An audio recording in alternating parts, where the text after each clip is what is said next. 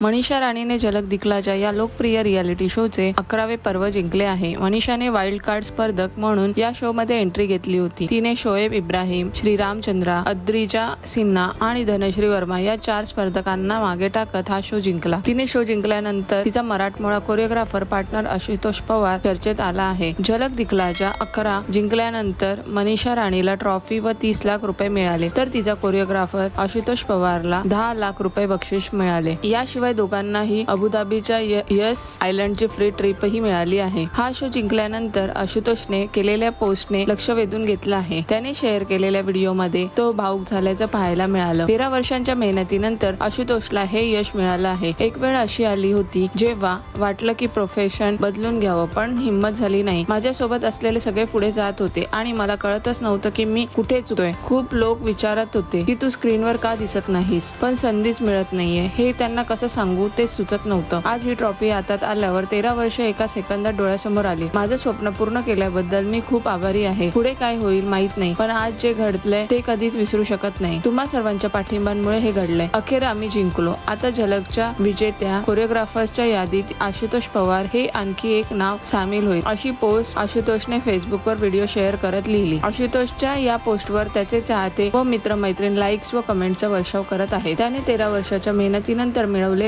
या यशाबद्दल सोशल मीडियावर त्याचं कौतुक केलं जात आहे। धन्यवाद।